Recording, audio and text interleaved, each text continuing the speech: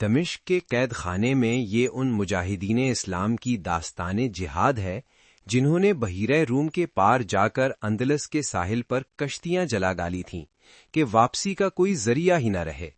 اس طرح بربر قبیلے کے ایک فرزند طارق بن زیاد نے تاریخ اسلام میں شجاعت اور سرفروشی کی ایک حیرت انگیز اور ایمان افروز روایت کا اضافہ کر دیا۔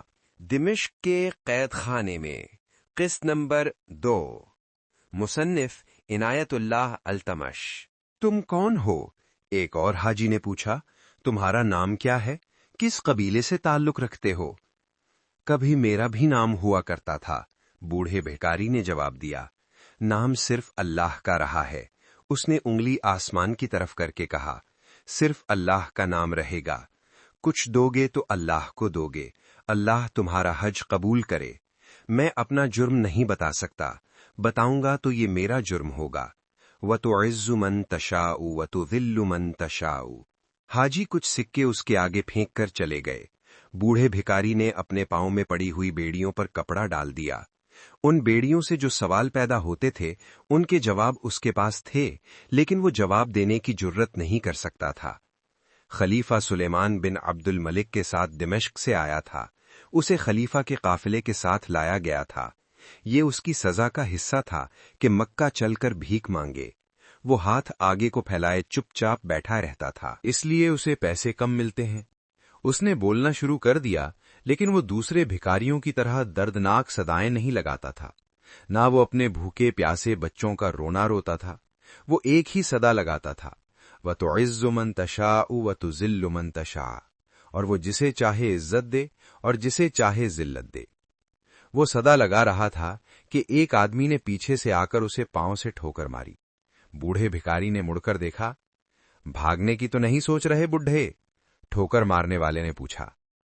کبھی سنا تھا کہ اندلس کے میدان جنگ سے کوئی بھاگا ہے؟ بوڑھے بھکاری نے کہا۔ میں نے بھاگنا ہوتا تو ابھی اندلس تیرے دماغ سے نہیں نکلا؟ اس آدمی نے اسے ایک اور ٹھوکر مارتے ہوئے کہا۔ اپنے غلیظ منہ سے کہہ دینا کہ تمہاری حکومت جلد ہی ختم ہو جائے گی، بوڑھے بھکاری نے کہا۔ محمد بن قاسم کے قاتل کو میرا یہ پیغام دے دینا، اور تیری ان 2 ٹھوکروں کا جواب روز قیامت دوں گا۔ اسے ٹھوکر مارنے والے نے بھکاری کو گہری نظروں سے دیکھا اور آہ بھر کر آگے چلا گیا۔